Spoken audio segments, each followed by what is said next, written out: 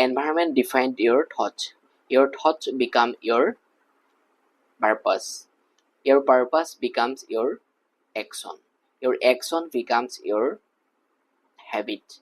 Your habit becomes your character. And your character fixed your destiny.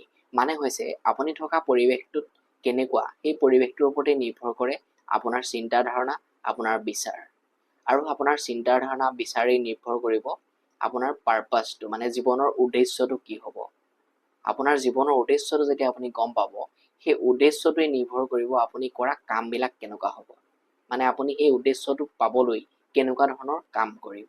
আৰু আপুনি কৰা কামবিলাকেই আপোনাক নিৰ্ধাৰণ কৰিব আপোনাৰ অভ্যাস। আপোনাৰ অভ্যাস, সেই কামবিলাক যিবিলাক কাম কৰিব, সেই কামবিলাকেই হ'ব আপুনি কৰা আপোনাৰ অভ্যাস। আৰু আপুনি যিবিলাক অভ্যাস আপোনাৰ গঢ় লৈ উঠিব, সেই অভ্যাসবিলাকেই আপোনাক নিৰ্ধাৰণ কৰিব আপোনাৰ চৰিত্ৰটো কেনেকুৱা।